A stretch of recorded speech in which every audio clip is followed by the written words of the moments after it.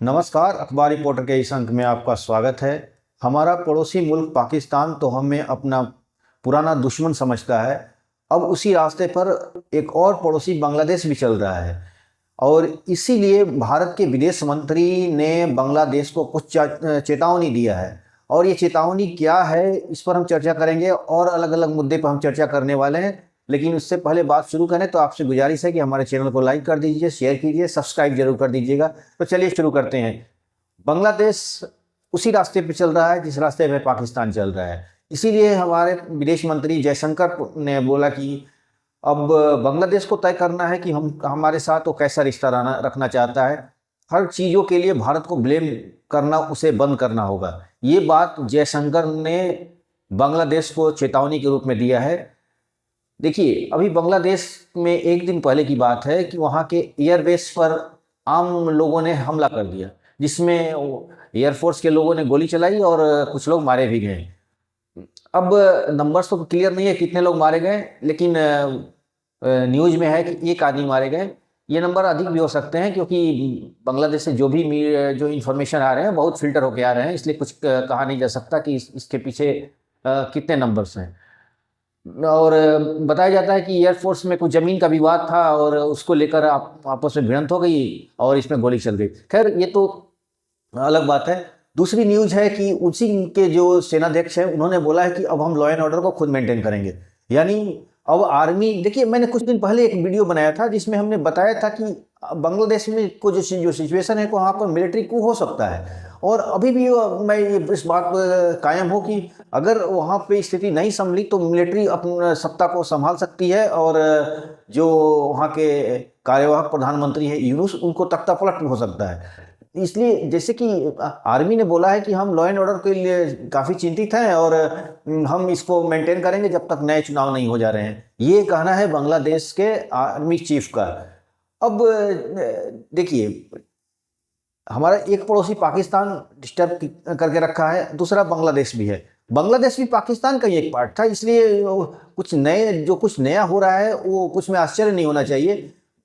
बांग्लादेश भारत के रिश्ते कुछ समय तक ठीक थे, लेकिन जैसे इसमें रोज नए कुछ ना कुछ विवाद सामने आ रहा है। कभी बॉर्डर फेंसिंग को लेकर बांग्लादेश उसमें ऑब्जेक्शन कर दे रहा है, कभी सड़कों के किनारे कुछ जो लोग मंदिर वगैरह बना रहे हैं बॉर्डर के किनारे, तो वहाँ पर भी वो लोग आके ऑब्जेक्शन कर रहे हैं। यानी उसको वहाँ की जो कार्यवाहक जो प्रधानमंत्री, उनको समझ में नहीं आ रहा है कि बांग्लादेश और भारत के रिश्ते कैसे होने चाहिए। भाई, बांग्लादेश तुम्हारे अंदर प्रॉब्लम्स हैं, तुम्हारी समस्याएं हैं, तुम्हारे अंदर पॉलिटिकल में प्रॉब्लम्स चल रहा है, उसके लिए भारत को ब्लेम देने की क्या जरूरत है। यही बात जयशंकर ने इशारों में बांग्लादेश को साफ इशारों में क्या साफ साफ ही बता दिया है कि भाई देखिए, ऐसा है कि आप हमें हर चीज़ के लिए ब्लेम देना बंद करें। हर चीज़ के लिए ब्लेम, अगर वहाँ पर कुछ भी हो जा रहा है तो उसके लिए ब्लेम, वहाँ पर शेख हसीना के पार्टी के लोग कुछ उपद्रव कर दे रहे हैं तो उसके लिए ब्लेम दे रहे हैं। मतलब ये सब। और दूसरी चीज़ कि ये लोग पाकिस्तान को अपना मित्र समझ रहे हैं। पाकिस्तान जो खुद परेशान है, उसको फाइनेंशियली प्रॉब्लम है, लेकिन पता नहीं क्यों ये पाकिस्तान के पीछे पड़े हुए हैं। पाकिस्तान को लगता है कि उनके लिए देवदूत बन के आया हुआ है।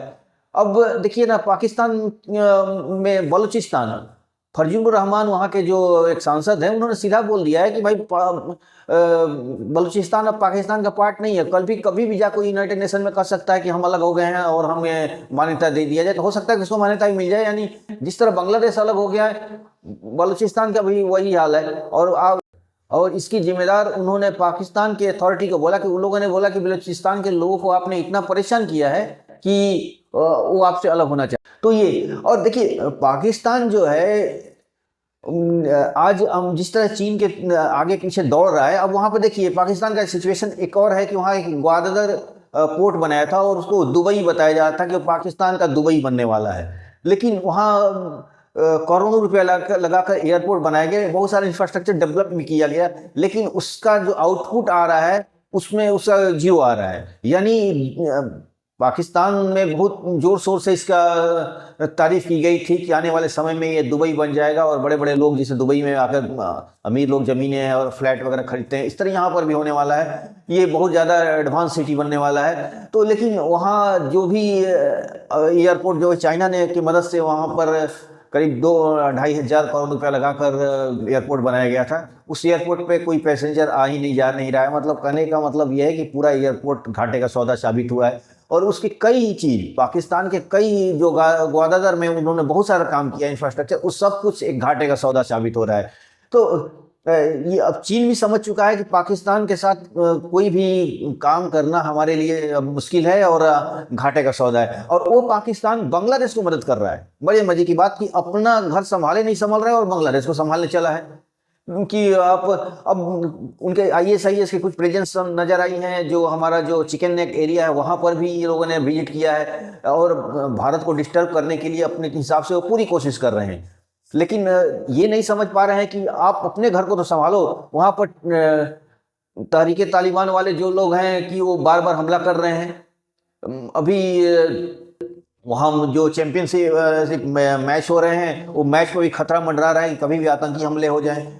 और भारत भी इसीलिए पाकिस्तान नहीं गया क्योंकि वहाँ पर टेरर अटैक का संभावना है। और जिस तरह तालिबान पाकिस्तान पे हमले कर रहे हैं और वो देखते हुए चैंपियन ट्रॉफी भी एक डेंजर जोन में फंस चुका है कि कभी भी वहाँ पर हमले हो सकते हैं।